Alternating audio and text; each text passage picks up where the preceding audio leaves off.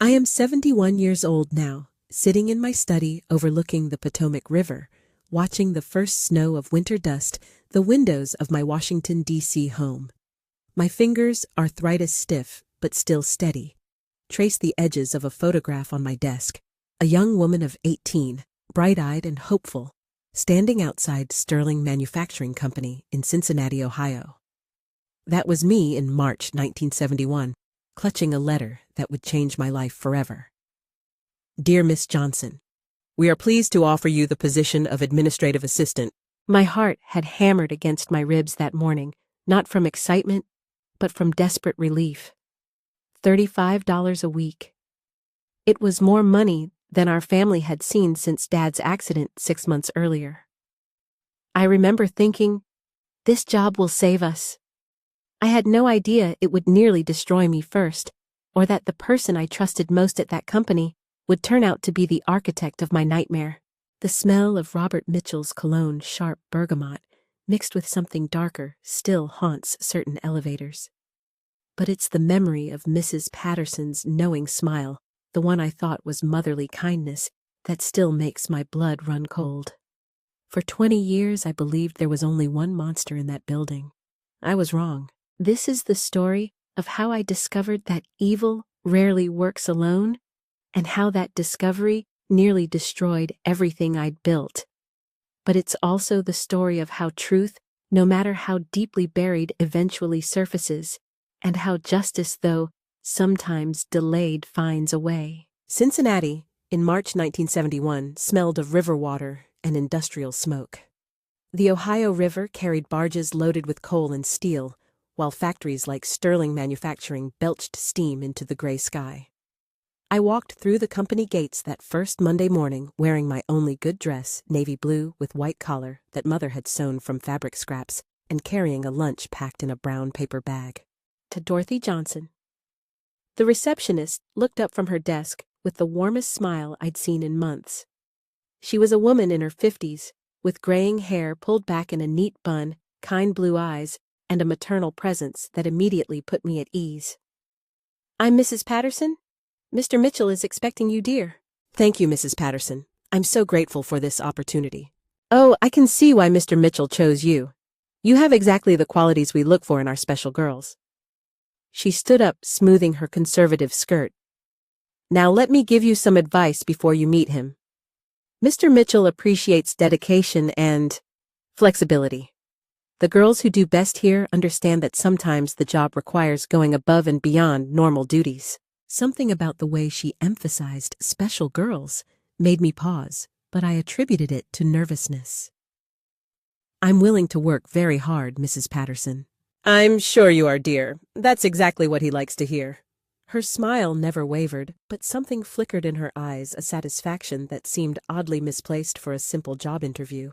Sterling Manufacturing occupied 3 city blocks, producing steel components for the automotive industry. Mrs. Patterson led me through a maze of corridors to the executive offices on the 3rd floor. Her heels clicked rhythmically on the polished floors as she pointed out various departments. The factory girls work downstairs, she explained, gesturing toward the industrial floors below. But the administrative assistants work up here directly with management. It's much more intimate work environment. The way she said intimate sent a small chill down my spine, but I pushed the feeling aside. I needed this job too desperately to question every word choice. Robert Mitchell's corner office was impressive large windows, overlooking both the factory floor and the Cincinnati skyline, expensive furniture, and walls lined with awards and certificates. Mitchell himself was 42 years old, tall and broad-shouldered, with carefully styled brown hair and expensive suits that marked him as different from the blue-collar workers below. Miss Johnson, welcome to Sterling Manufacturing. His handshake was firm, confident, lingering just a moment longer than necessary. Mrs. Patterson speaks very highly of you. I glanced at Mrs. Patterson, who was still standing by the door. Actually, we just met a few minutes ago. Oh, but I've been watching you, dear, Mrs. Patterson interrupted with that same warm smile. Ever since you submitted your application. Mr. Mitchell and I always discuss potential candidates thoroughly before interviews. Mitchell gestured to the chair across from his massive oak desk.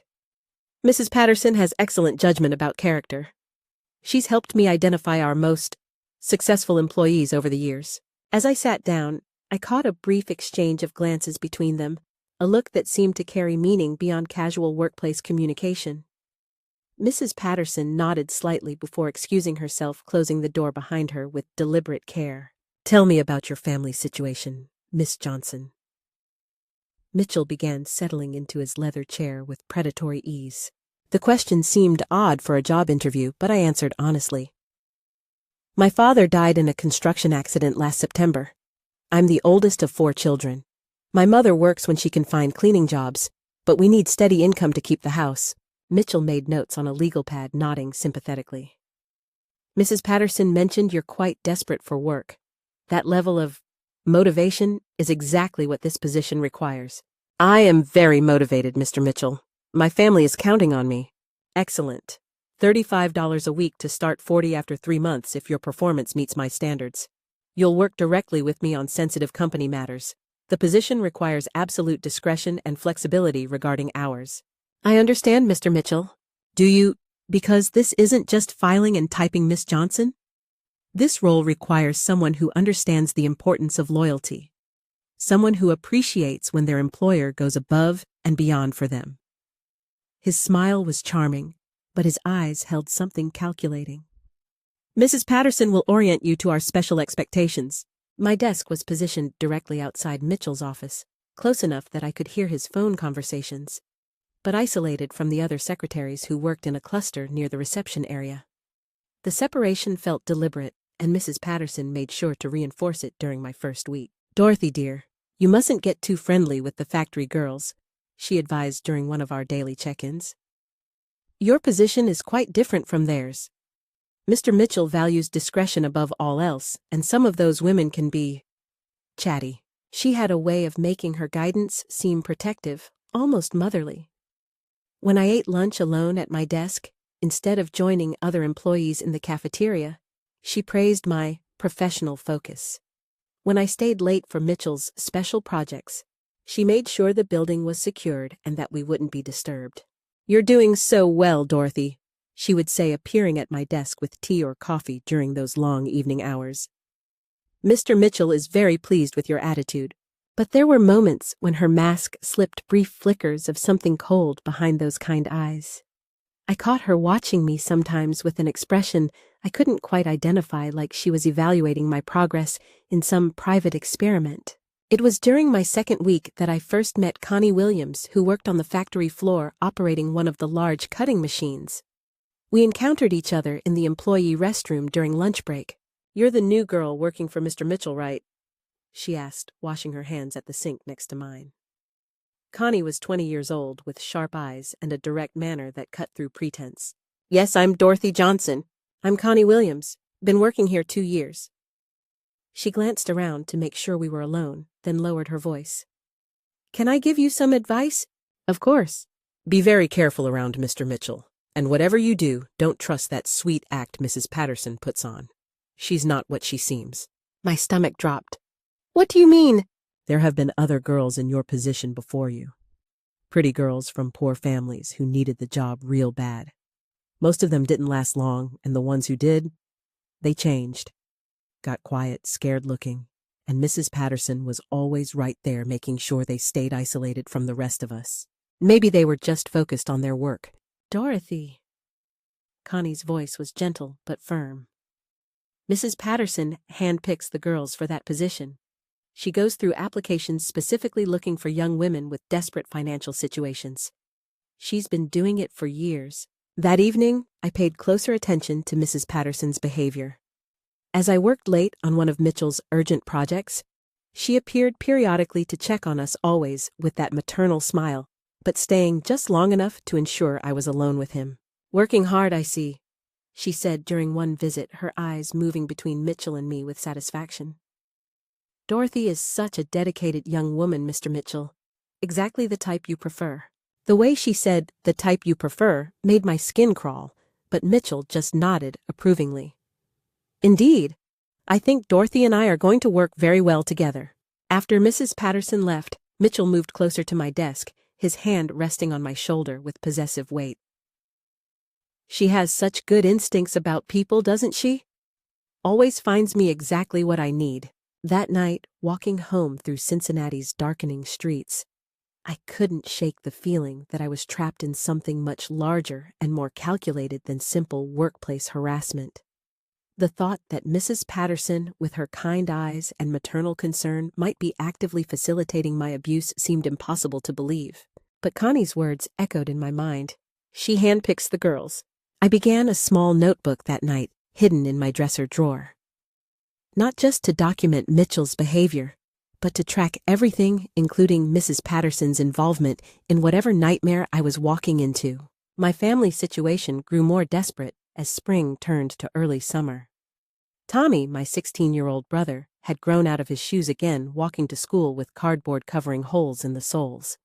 Sarah, 14, was wearing dresses that had become too short, but we couldn't afford replacements. Michael, 12, never complained about being hungry, but I saw how quickly he ate when food was available. "Dorothy, honey," my mother said one evening as we counted coins for groceries, "I don't know what we'd do without your job. You're saving this family." The weight of that responsibility pressed down on me like a physical burden. Every dollar I earned at Sterling Manufacturing meant food on our table shoes for Tommy's school supplies for Sarah and Michael. How could I risk losing the job that kept my family from homelessness? But Mitchell's demands were escalating beyond inappropriate comments and unwelcome touches. He began requiring me to stay late for confidential projects that seemed designed more to isolate me than accomplish actual work. "Dorothy, I need you to reorganize these files," he would say, producing boxes of documents that apparently couldn't be handled during normal business hours. "This requires absolute privacy. We can't have other employees seeing confidential client information." Mrs. Patterson always ensured we had complete privacy during these evening sessions. She would personally escort the last employees out of the building, then return to lock the main doors and set the security system. "There now," she would say with that perpetual smile. "No interruptions for your important work." But I began to notice disturbing patterns in her behavior. She had keys to Mitchell's office, something I learned was unusual for a receptionist. She kept detailed files on all the young women who had worked in my position files that included personal information about their families, financial situations, and reasons for leaving. Most unsettling was a conversation I accidentally overheard between Mrs. Patterson and Mitchell during one of my trips to the supply closet. Their voices carried through the thin walls, and I pressed myself against the door to listen. "The new girl is working out perfectly," Mrs. Patterson was saying. "Desperate family situation, no other options, exactly the psychological profile we discussed." "You've outdone yourself this time," Mitchell replied. "She's even more compliant than the last one. I've had years to perfect the selection process. The key is finding girls who are intelligent enough to be interesting, but vulnerable enough to be controllable. Dorothy fits the criteria perfectly." My blood turned to ice. This wasn't random harassment. It was a systematic operation, with Mrs. Patterson serving as Mitchell's accomplice in identifying and grooming victims. I managed to slip back to my desk before they finished their conversation, but my hands shook as I tried to continue typing. Everything made sense now. Mrs. Patterson's careful guidance keeping me isolated from other employees, her emphasis on discretion and flexibility, her satisfied smiles during Mitchell's increasingly inappropriate behavior. That night, I made detailed notes about the conversation I'd overheard. But I also realized how dangerous my situation had become. If Mrs. Patterson was actively facilitating Mitchell's abuse, then the maternal figure I'd been unconsciously hoping might help me was actually my enemy. I was completely alone in a building with two predators who had been hunting young women for years. The realization that Mrs. Patterson was Mitchell's accomplice transformed my understanding of everything that had happened since March. Her helpful advice had systematically isolated me from potential allies. Her protective guidance had made me more vulnerable, not safer. Her maternal concern was actually predatory calculation. But this knowledge also gave me power. If I could document their conspiracy, I would have evidence of systematic criminal behavior, not just individual harassment. I began taking greater risks to gather information. During lunch breaks, I would search Mrs. Patterson's desk when she was away photographing documents with a small camera I'd borrowed from Tommy's photography class. I discovered files on at least 8 young women who had held my position over the past 5 years, each containing detailed personal information that no legitimate employer would need. The files revealed a disturbing pattern. Each woman had been selected based on specific criteria: age 18, 22, attractive, financially desperate, family obligations that made job loss devastating. Mrs. Patterson had made handwritten notes about their psychological vulnerabilities, rating their compliance potential and isolation feasibility. Most chilling was a file labeled termination protocols that outlined strategies for forcing women to quit if they became problematic. The methods ranged from character assassination to actual threats of physical violence. Some girls require more persuasive termination methods. One note read in Mrs. Patterson's careful handwriting: "Physical accidents can be very effective motivators when properly staged." I was photographing this file when I heard footsteps in the corridor. Quickly shoving the documents back into place, I pretended to be looking for office supplies as Mrs. Patterson appeared in the doorway. "Dorothy, dear, what are you doing in my desk?" Her voice maintained its usual warmth, but her eyes were sharp and suspicious. "I was looking for staples. My desk drawer is empty." She studied my face for a long moment, and I forced myself to maintain calm despite my racing heart. "The supply cabinet is on the other side of the room, dear. My desk drawers contain personal items." "Of course. I'm sorry, Mrs. Patterson. I wasn't thinking clearly." "No harm done." But her smile seemed forced now, and I noticed she moved to position herself between me and her desk. "Why don't you return to your work area? Mr. Mitchell will be back from his meeting soon." As I walked away, I felt her eyes following me. Had she noticed something out of place? Did she suspect I'd been examining her files? That afternoon, Mitchell called me into his office for what he termed a performance evaluation. But his demeanor was different, more aggressive, less patient with the careful grooming process he'd been using. "Dorothy, Mrs. Patterson has some concerns about your attitude lately. She thinks you might be getting ideas above your station." "I don't understand, Mr. Mitchell. I've been working very hard." "Have you?" "Because I'm wondering if this job is too challenging for someone of your background. Maybe we made a mistake in hiring you." The threat was clear. But instead of the fear I'd previously felt, I experienced a surge of anger. They thought they could terrorize me into compliance, but their own arrogance had revealed their criminal conspiracy. "I think I'm performing exactly as expected," I said carefully. "Based on the protocols you and Mrs. Patterson established." Mitchell's eyes sharpened. "What protocols?" "The ones for managing employees in my position.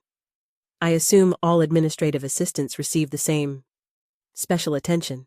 It was a dangerous gamble, but I wanted to gauge his reaction. Mitchell and Mrs. Patterson exchanged a look that confirmed my suspicions. They were wondering exactly how much I knew about their operation.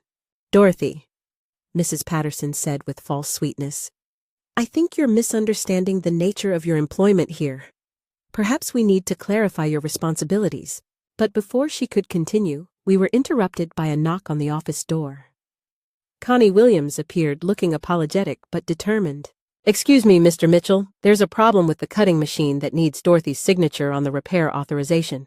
Company policy requires administrative assistant approval for maintenance expenses over $50.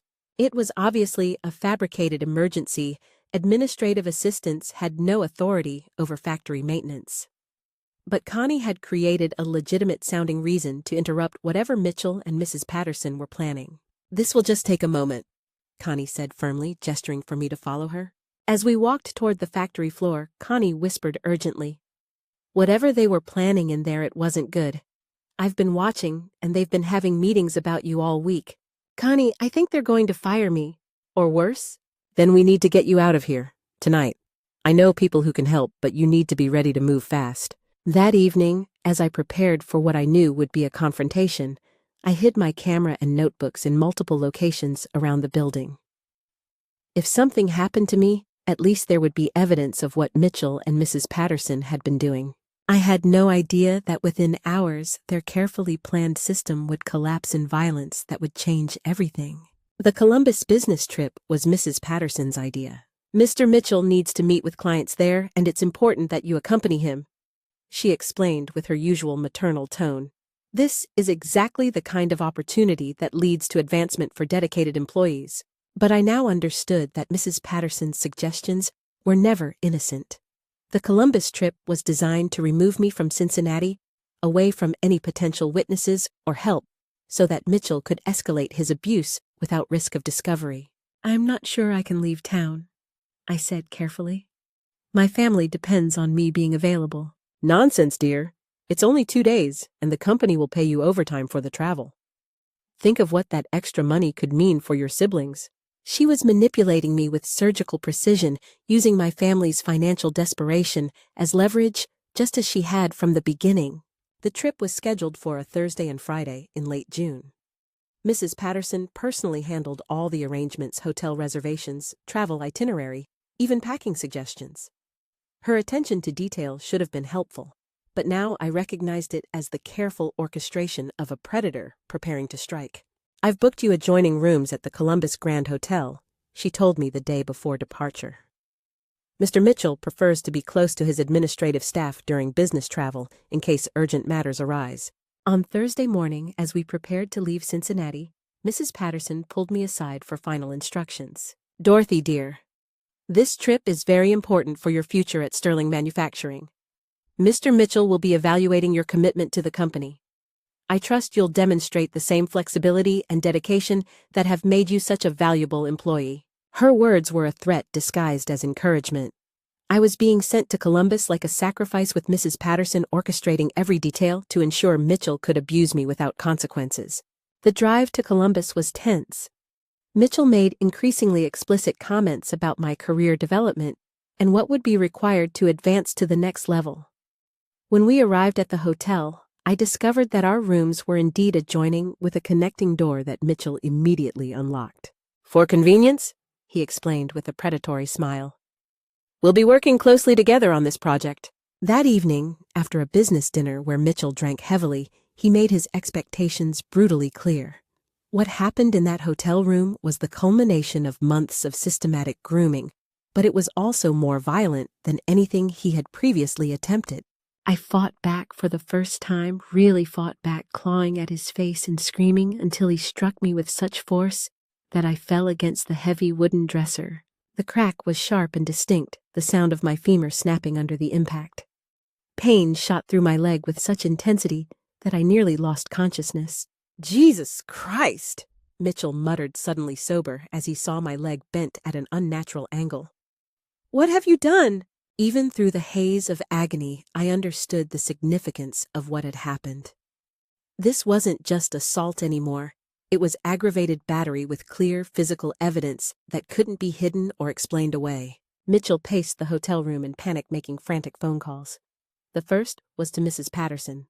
"We have a problem," I heard him say. "The girl is hurt, badly hurt. What do we do now?" Mrs. Patterson's voice was calm and calculating, even in crisis. Through my pain, I could hear her giving Mitchell detailed instructions about damage control, cover stories, and evidence elimination. "Stick to the story we discussed," she said. "Hotel accident, slipped in the bathroom, hit her leg on the bathtub. I'll handle things on this end." But for the first time in months, I wasn't afraid.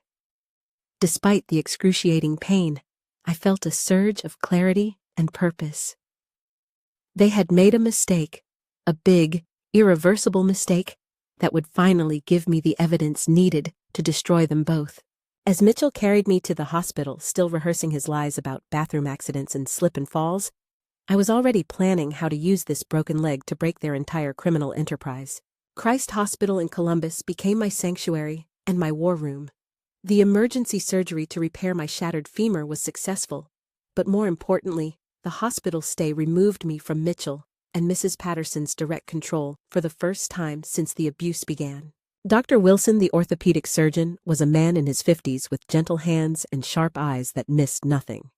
During his rounds, he asked careful questions about how my injury occurred. "Miss Johnson, this fracture pattern is highly unusual for a bathroom fall. The force required to break a femur, this severely suggests significant lateral trauma, like being pushed or struck against a hard surface." "I fell very hard, doctor. The hotel bathroom was slippery." Dr. Wilson studied my chart with obvious skepticism. "I've treated hundreds of bathroom accidents over 20 years. This injury is consistent with assault, not accidental fall. Are you certain there's nothing else about this incident you'd like to tell me?" His question hung between us, an invitation to tell the truth. But Mitchell had already called my hospital room twice, and Mrs. Patterson had sent flowers with a card reminding me to focus on recovery and not worry about work details. "It was an accident, doctor." 3 days later, Dr. Sarah Chen, the hospital's staff psychologist, visited me with a different approach. "Dorothy, I work with trauma patients. Your surgeon asked me to speak with you because he has concerns about how this injury occurred and about your emotional response to the trauma." Dr. Chen was direct and perceptive, speaking to me like an equal rather than a victim to be managed. "I've reviewed your medical records and spoken with Dr. Wilson. We both see signs suggesting this injury resulted from violence, not accident. More importantly, I've documented symptoms of long-term psychological trauma that predate your current hospitalization." She was offering me what Mitchell and Mrs. Patterson had systematically denied the chance to tell the truth to someone with the power to help. "If someone has been hurting you, Dorothy, there are legal protections available. There are ways to stop this and ensure it doesn't happen to others." That afternoon, I asked the nurse to call Connie Williams. Connie arrived within hours, her face grim with determination. "Dorothy, I know what happened wasn't an accident, and I know Mrs. Patterson is involved somehow. Tell me everything." I told her about the overheard conversation, the files I'd discovered, Mrs. Patterson's role in selecting and grooming victims, the systematic nature of their criminal enterprise. "That evil bitch," Connie said when I finished. "I knew she was poison, but I didn't realize she was the ringleader."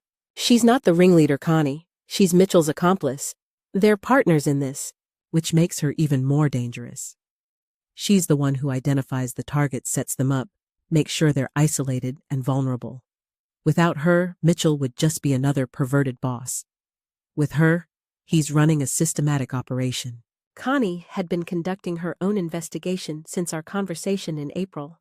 She'd spoken with former Sterling Manufacturing employees, tracked down women who had suddenly quit, and compiled evidence of the pattern Mrs. Patterson and Mitchell had been operating for years. "Susan Martinez told me Mrs. Patterson specifically recommended her for the administrative assistant position," Connie explained.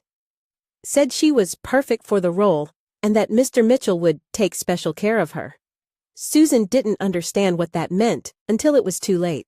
Dr. Chen connected me with attorney Thomas Thompson, who specialized in employment law and had experience with complex criminal cases. "Miss Johnson, what you've described constitutes organized criminal activity, systematic sexual assault, conspiracy racketeering. This goes far beyond simple workplace harassment." Thompson reviewed my notebooks and the photographs I'd taken of Mrs. Patterson's files. "This is extraordinary evidence. You've documented a criminal enterprise operating inside a legitimate business, but prosecuting this case will be extremely challenging." He explained that proving conspiracy required evidence of planning and coordination between Mitchell and Mrs. Patterson. My testimony alone wouldn't be sufficient. We needed other victims willing to testify, documentary evidence of their collaboration, and proof of the systematic nature of their crimes. We also need to be very careful about your safety. If they realize how much evidence you've gathered, they might take extreme measures to silence you." Over the following weeks, Thompson and I developed a careful strategy for building the case while protecting my safety and that of other potential witnesses. But neither of us anticipated how far Mrs. Patterson was willing to go to protect the criminal enterprise she had spent years creating. My return to Cincinnati, after 2 weeks of hospitalization, marked the beginning of the most dangerous phase of this entire nightmare. Mitchell and Mrs. Patterson knew I suspected their conspiracy, but they didn't yet realize the extent of evidence I had gathered. Mrs. Patterson's behavior toward me changed subtly but significantly. Her maternal warmth was replaced by watchful calculation, as if she were evaluating whether I remained manageable or had become a threat requiring elimination. "Dorothy, dear, you look tired," she said during my first day back at work, studying my face with those sharp blue eyes. "Perhaps this position has become too stressful for someone of your delicate constitution." "I'm fine, Mrs. Patterson, ready to get back to work." "Are you? Because Mr. Mitchell and I have been discussing whether this role might be better suited for someone with a stronger disposition, someone less prone to accidents." The threat was unmistakable. They were considering whether to fire me, transfer me, or pursue more permanent solutions to what they perceived as the Dorothy problem. But Thompson had prepared me for this possibility. We had developed a strategy to accelerate evidence gathering while creating safeguards for my protection.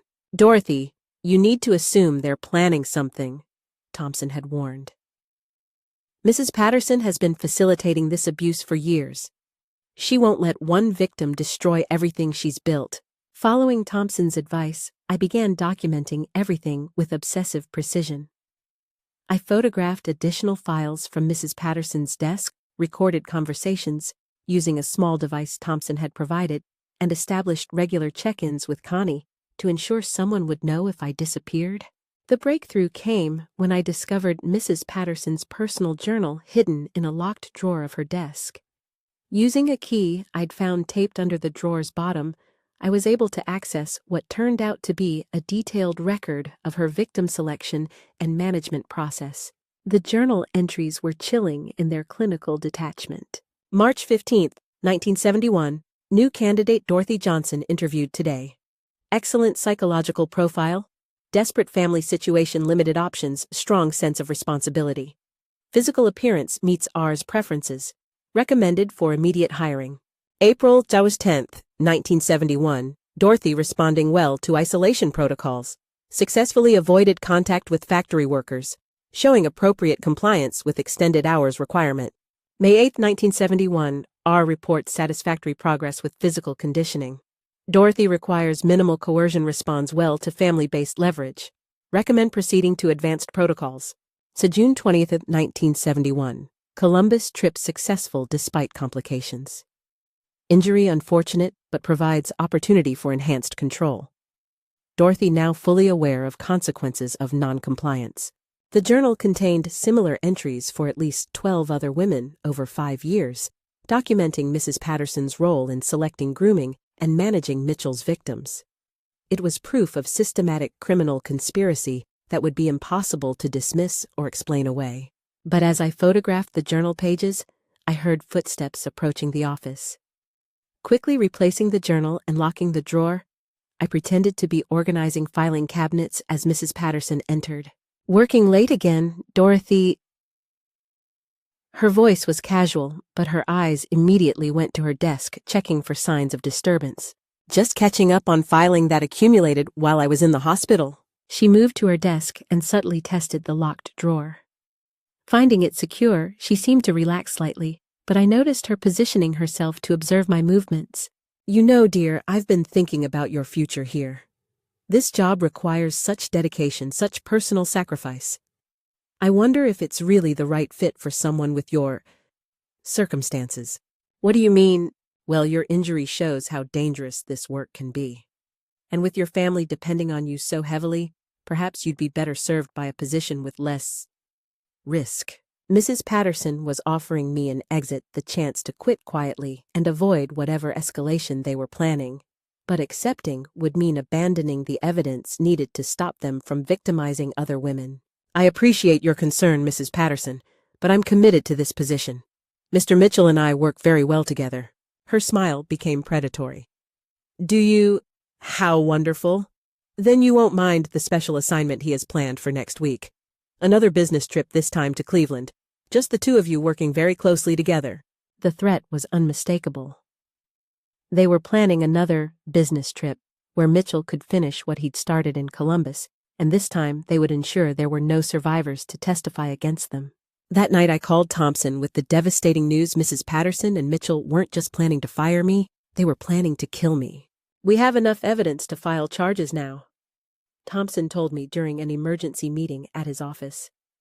Mrs. Patterson's journal, your photographs of victim files, recorded conversations. We can build a compelling case for criminal conspiracy. But if we file charges now, they'll know exactly what evidence we have. They'll destroy everything and disappear before trial. Dorothy, if you're right about their intentions for this Cleveland trip, we may not have a choice.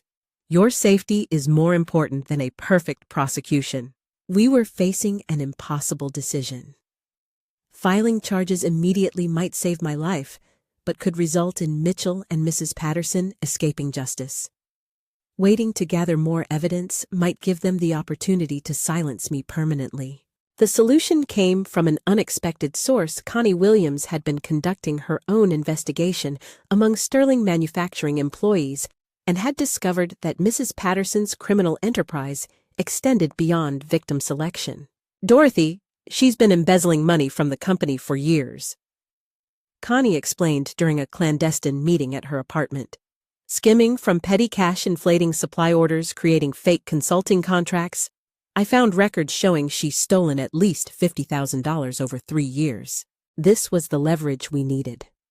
Financial crimes were easier to prove than sexual assault. Conspiracy and embezzlement charges would give law enforcement grounds to search Mrs. Patterson's office and home before she could destroy evidence.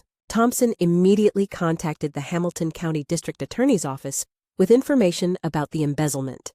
Within hours, investigators were preparing search warrants for Sterling Manufacturing. But we underestimated Mrs. Patterson's survival instincts.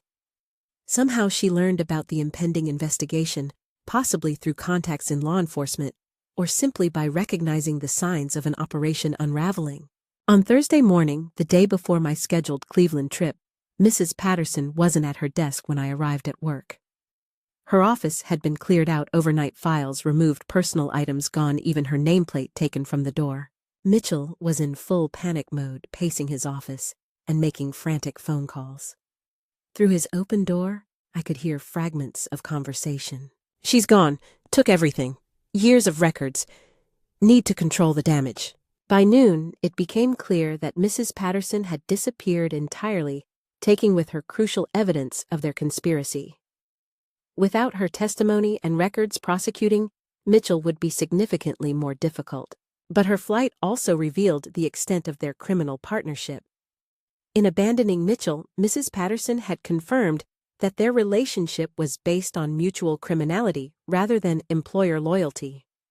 Her sudden departure was an admission of guilt that would be difficult to explain in court. Thompson moved quickly to capitalize on the situation. We filed charges against Mitchell today while he's still in panic mode and before he can organize his defense.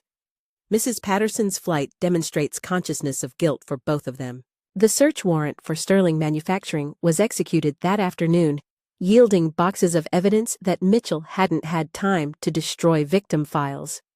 Financial records, correspondence between him and Mrs. Patterson, planning victim selection and management. Most damning was a series of memos Mrs. Patterson had written to Mitchell, outlining strategies for employee retention and performance management that were clearly coded references to sexual abuse and intimidation.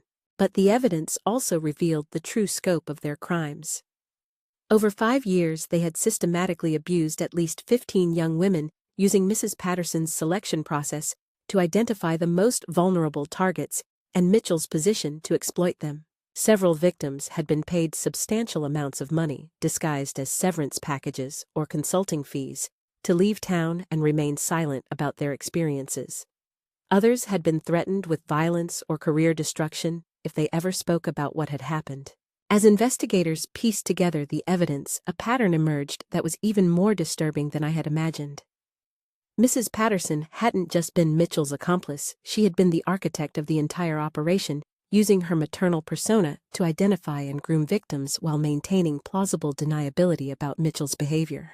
She's a sociopath, Dr. Sarah Chen told me after reviewing the evidence. She used her understanding of human psychology to create a perfect predatory system, then disappeared when it became unsustainable. Mrs. Patterson was never found. Despite nationwide searches and federal involvement, she had vanished completely, leaving behind only the evidence of her crimes and the lives she had destroyed. But her disappearance didn't prevent justice for Mitchell. If anything, it made prosecution easier by eliminating a co-conspirator who might have testified in his defense or created confusion about responsibility for their crimes. The trial of Robert Mitchell began in February 1972 with evidence of systematic criminal conspiracy that went far beyond simple workplace harassment. The trial of Ohio v. Mitchell became one of the most closely watched criminal cases in Cincinnati's history. The evidence of systematic sexual abuse, facilitated by Mrs. Patterson's sophisticated victim selection process, created a legal precedent that would influence harassment law for decades. Prosecutor David Walsh built the case methodically using Mrs. Patterson's journal entries and victim files to demonstrate the organized nature of their criminal enterprise. Ladies and gentlemen of the jury, this case is about predatory conspiracy, Walsh explained in his opening statement. The defendants created and operated a systematic program for identifying, grooming, and abusing vulnerable young women. Mrs. Patterson's flight from justice demonstrates their consciousness of guilt and fear of accountability. The evidence was overwhelming. Mrs. Patterson's journal entries provided detailed documentation of victim selection criteria, grooming strategies, and abuse management techniques. Her files contained psychological profiles of targets' assessment of their vulnerability levels and strategies for maintaining their compliance. Most powerful was testimony from 7 former victims who had been located by investigators. Each woman described identical patterns of abuse, confirming that Mitchell and Mrs. Patterson had been operating a systematic criminal enterprise rather than committing isolated acts of harassment. Susan Martinez, who had held my position in 1970, provided particularly compelling testimony about Mrs. Patterson's role in facilitating abuse. She made me feel like she was protecting me from Mr. Mitchell, Susan testified. She would warn me about his moods and give me advice about how to handle him safely. I didn't realize until years later that she was actually teaching me to be more compliant with his demands. Lisa Rodriguez described how Mrs. Patterson had specifically recruited her for the administrative assistant position after learning about her family's financial difficulties. She said Mr. Mitchell preferred to work with women who understood the importance of loyalty and discretion. She made it sound like an honor to be selected for such special attention. Defense attorney Charles Hamilton attempted to portray Mitchell as the victim of a manipulative scheme orchestrated entirely by Mrs. Patterson, arguing that she had acted independently to facilitate abuse without Mitchell's knowledge. But the evidence contradicted this defense strategy. Mrs. Patterson's journal entries clearly documented extensive coordination with Mitchell, including his specific preferences for victim characteristics and his direct participation in developing abuse strategies. When I testified about my own experiences, I was able to describe not just Mitchell's abuse, but also Mrs. Patterson's systematic role in facilitating it. She didn't just enable Mr. Mitchell's behavior, I explained to the jury. She designed and implemented the entire system. She selected victims based on psychological vulnerability, isolated them from potential support networks, and created conditions where abuse was inevitable.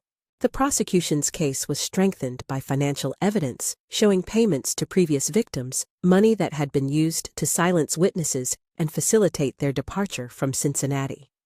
These payments demonstrated both consciousness of guilt and the systematic nature of their crimes. Most damaging to Mitchell's defense was evidence that he and Mrs. Patterson had discussed eliminating me as a threat. Recorded conversations and journal entries revealed they had been planning not just to fire me, but to arrange an accident that would permanently silence my testimony. After 2 weeks of testimony, the jury deliberated for only 8 hours before returning guilty verdicts on all charges: sexual assault, criminal conspiracy, racketeering, witness intimidation, and attempted murder. Judge Robert Hayes sentenced Mitchell to 12 years in prison, one of the longest sentences ever imposed for sexual harassment crimes at that time. The court also ordered him to pay $150,000 in restitution to victims and mandated that Sterling Manufacturing implement comprehensive reforms to prevent future abuse. But perhaps the most significant outcome was the legal precedent established by the case. For the first time, courts recognized that workplace sexual harassment could constitute organized criminal activity when facilitated by systematic conspiracy. The conviction also led to federal legislation requiring companies to implement specific protections against predatory hiring practices and to report suspected patterns of systematic abuse to law enforcement agencies. Mrs. Patterson's role in the conspiracy became a case study in criminal psychology, demonstrating how predators could use positions of apparent trustworthiness to facilitate systematic abuse. Her techniques were analyzed by law enforcement agencies and used to develop training programs for identifying similar conspiracies. 20 years later, Mrs. Patterson was finally apprehended by federal agents in Oregon, where she had been working under an assumed identity as a counselor at a women's shelter. The irony of her position supposedly helping abuse victims while having facilitated their victimization was not lost on prosecutors. She was extradited to Ohio and sentenced to 15 years in prison for her role in the Sterling manufacturing conspiracy. During sentencing, she showed no remorse for her crimes, maintaining that she had simply been helping Mr. Mitchell manage difficult employees. But by then, I had long since moved beyond seeking revenge against my abusers. The trial had given me something more valuable than vengeance: the knowledge that systematic abuse could be stopped, that justice was possible, even against sophisticated predators, and that individual courage could create changes protecting countless others. The years following Mitchell's conviction were transformative in ways I couldn't have imagined when I first walked into Sterling Manufacturing. The legal precedents established by our case created ripple effects that changed how America addressed workplace harassment, but my personal journey was just beginning. The notoriety made finding employment nearly impossible, but it also opened doors to advocacy work that became my true calling. The Cincinnati Women's Legal Aid Clinic hired me as a victim advocate, recognizing that my experience and legal knowledge could help other survivors navigate the justice system. Dorothy, you understand what these women are going through in ways that no amount of training can teach, clinic director Ruth Martinez told me. Your combination of personal experience and analytical skills makes you uniquely effective at this work. Working with harassment survivors was both therapeutic and purposeful. Each successful case felt like vindication, not just for individual clients, but for every woman who had been told she was powerless against abusive employers. But I realized that individual advocacy, while important, wasn't sufficient to create the systematic changes needed to prevent future victims. I needed legal education to understand how law could be used as a tool for social transformation.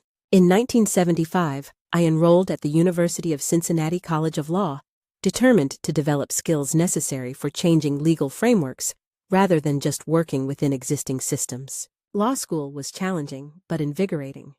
At 22, I was older than most classmates and brought life experiences they lacked. Professors often called on me to provide real-world perspective on theoretical concepts. Miss Johnson, you've had direct experience with employment discrimination law, Professor Diana Rodriguez would say during constitutional law seminars. How do these legal principles apply in practice? I could draw on my experiences and those of women I'd counseled to explain practical barriers victims faced in seeking justice.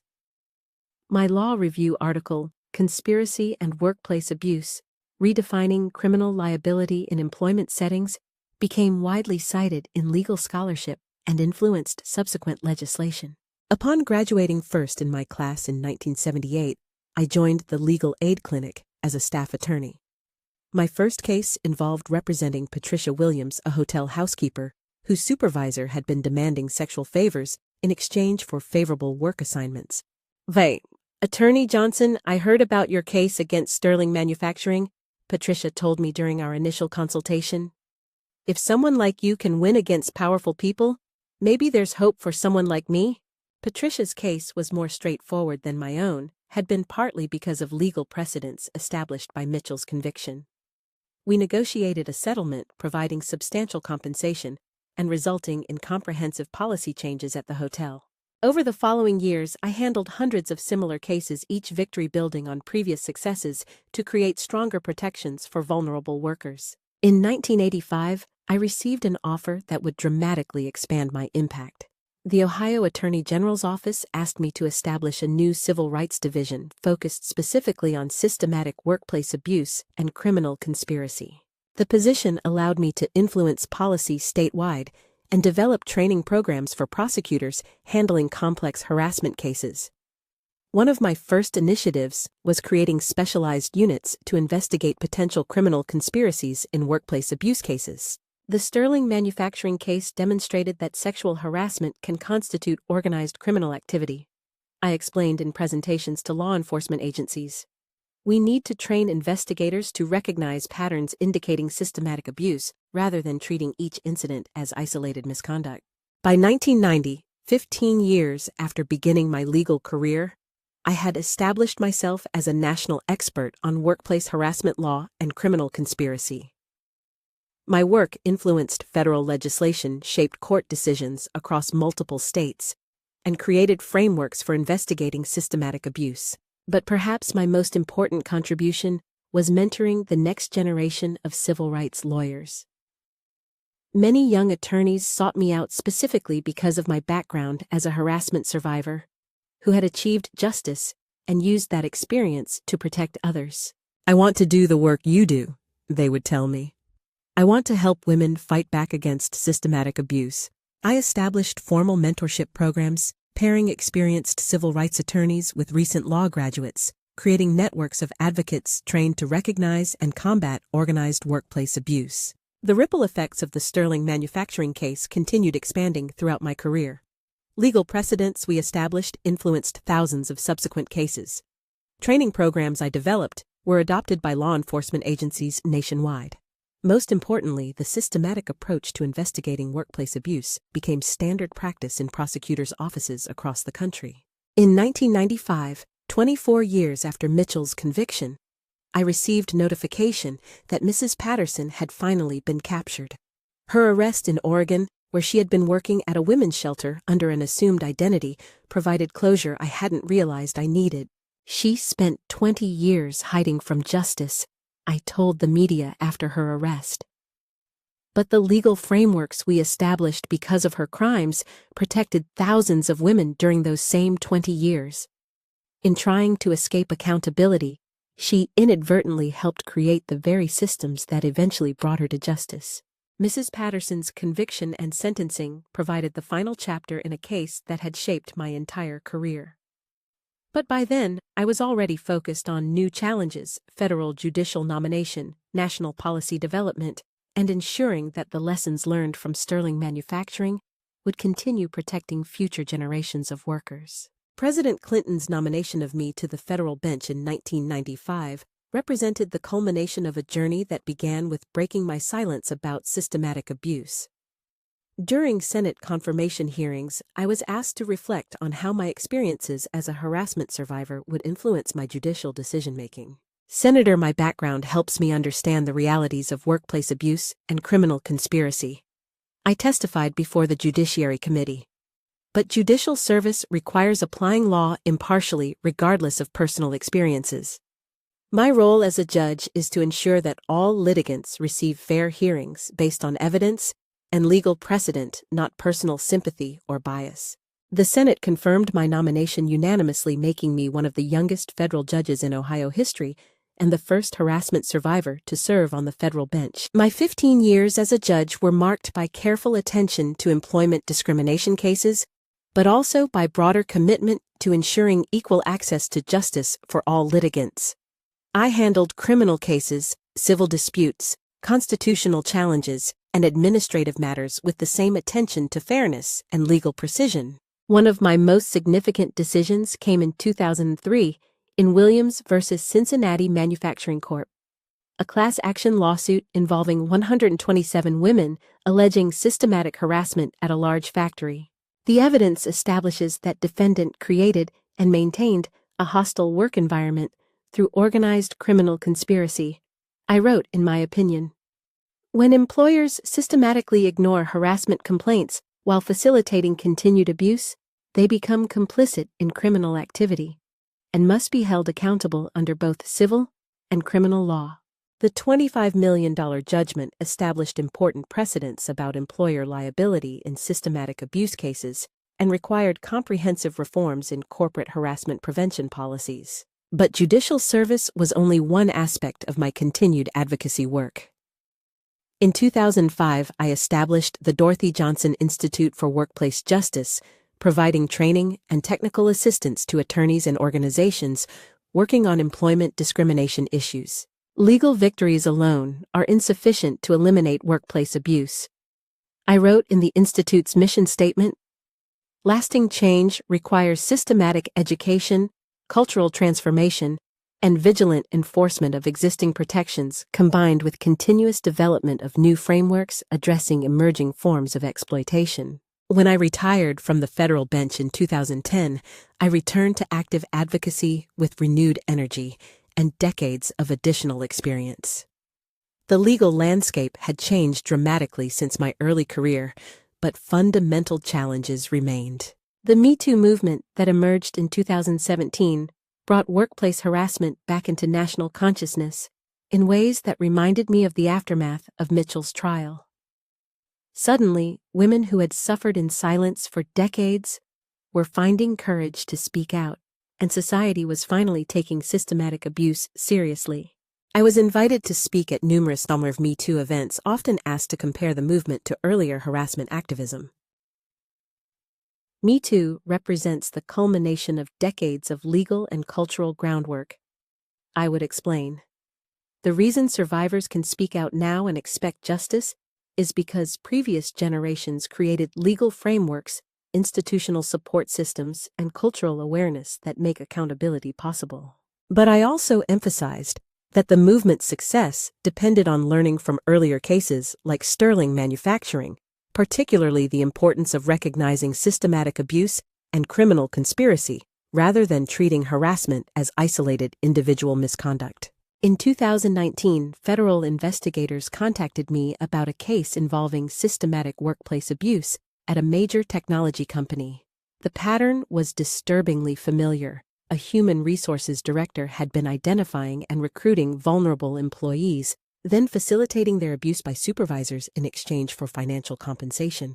The techniques are almost identical to what Mrs. Patterson used at Sterling Manufacturing, I told investigators. The selection criteria, isolation methods, and management strategies are clearly based on the same psychological principles probably learned from studying our case records. The investigation revealed that the HR director had indeed studied the Sterling Manufacturing case extensively using Mrs. Patterson's techniques, while attempting to avoid the legal vulnerabilities that had led to her conviction. This demonstrates why documenting and publicizing these cases is so important, I explained to federal prosecutors. When we expose predatory methods, we not only bring individual criminals to justice, but also create awareness that helps identify similar operations before they can victimize as many people. Today, at 71, I remain active in advocacy work, while reflecting on a career that transformed personal trauma into systematic protection for millions of workers. David and I celebrated our 46th wedding anniversary last year, grateful for a partnership that has sustained us through decades of demanding but meaningful work. My original family thrived despite the challenges we faced in 1971.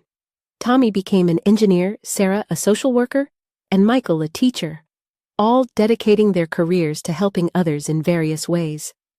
They often credit watching my journey with teaching them that individual courage can create positive change even in seemingly impossible circumstances.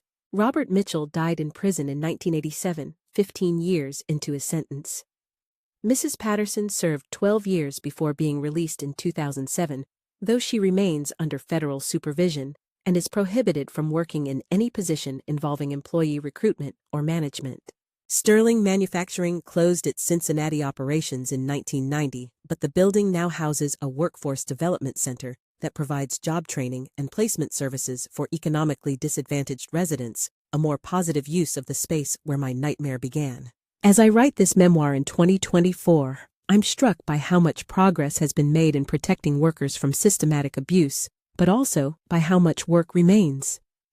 The fundamental dynamics that enabled Mitchell and Mrs. Patterson to victimize vulnerable women continue to exist in new forms, requiring constant vigilance and continued evolution of legal protections. Each generation of advocates builds on previous work while adapting to new challenges. I tell young lawyers and activists I continue to mentor. The specific methods change, but the underlying principles remain constant. Predators target vulnerability, they rarely work alone, and they can only be stopped through systematic legal and cultural responses that address both individual crimes and organizational complicity. If I could speak to my 18-year-old self, that terrified young woman about to walk into Sterling Manufacturing, I would tell her that the nightmare ahead would ultimately become the foundation for protecting thousands of others from similar abuse. But I would also warn her about Mrs. Patterson, about the danger of trusting appearances, about the sophisticated methods predators use to facilitate systematic abuse. Most importantly, I would tell her that survival and justice are both possible, even against conspirators who seem too powerful to defeat. The work continues. The legacy grows. And justice, though sometimes delayed, ultimately prevails when survivors find the courage to break their silence and transform their pain into power that protects others. To every woman reading this who has experienced workplace harassment, sexual assault, or any form of systematic abuse, you are not alone. Your experiences matter. Your voice has power. And healing is possible. When I was 18, trapped in Mitchell and Mrs. Patterson's web of abuse, I couldn't imagine a future beyond survival. The frightened young woman who hid evidence in her dresser drawer never dreamed she would become a federal judge, establish legal precedents protecting millions of workers, or help create national legislation transforming how America addresses systematic abuse. Your trauma does not define you. It is something that happened to you, not something you are. With proper support, legal advocacy, and time, you can not only heal, but transform your experiences into sources of strength that protect others. The legal protections available today exist because survivors before you found courage to speak out despite enormous risks. Your courage in speaking out today will create protections for women who come after you. But my case also demonstrates the importance of recognizing that abuse is rarely the work of isolated individuals. Mrs. Patterson's role in facilitating Mitchell's crimes shows how predators often operate through networks and conspiracies that can appear legitimate on the surface. If you are currently experiencing abuse, trust your instincts about who can and cannot be trusted. Sometimes the people who seem most helpful are actually part of the problem. Document everything. Seek help from multiple sources. Don't assume that authority figures or institutional representatives are automatically trustworthy. Resources are available through the National Sexual Assault Hotline, 1-800-656-HOPE, the Equal Employment Opportunity Commission, eeos.gov, and local legal aid organizations. Many attorneys now specialize in systematic abuse cases and understand the complex dynamics involved in organizational conspiracy. Your economic circumstances do not determine your worth or your rights. The fact that you need your job does not mean you must accept abuse as its price.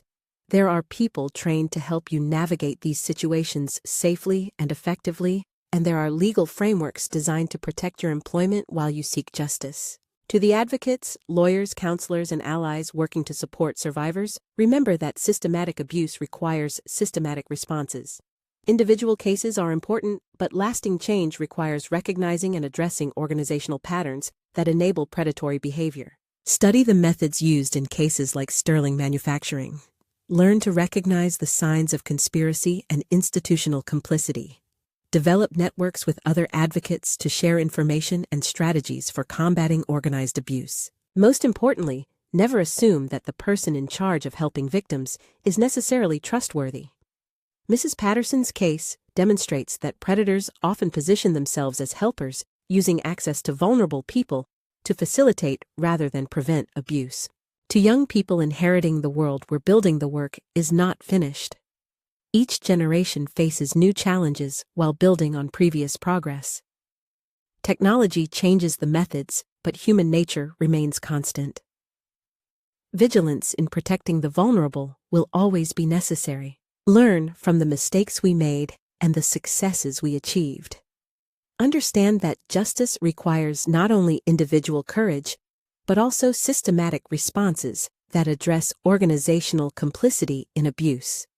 Don't let cynicism about institutional failure prevent you from working to improve those institutions. My name is Dorothy Johnson.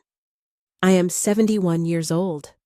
I am a survivor who discovered that breaking silence about systematic abuse can transform not only individual lives, but entire legal and cultural frameworks protecting vulnerable people. This is my story, but it's also the story of every woman who has faced organized abuse, found courage to fight back against seemingly impossible odds, and used that experience to create systematic changes protecting others. Mrs. Patterson taught me that evil is often sophisticated, organized, and hidden behind facades of respectability. But she also inadvertently taught me that no conspiracy is perfect, that evidence can be gathered and preserved, and that systematic abuse can be exposed and stopped through careful investigation and courageous testimony. The predators are still out there, still targeting the vulnerable, still operating through networks designed to facilitate abuse while maintaining plausible deniability. But we are out there too, survivors, advocates, allies, and institutions committed to justice and protection for those who need it most. Your voice matters, your story has power, and you are stronger than you know. Break the silence, document everything, trust carefully, fight systematically. Justice is possible.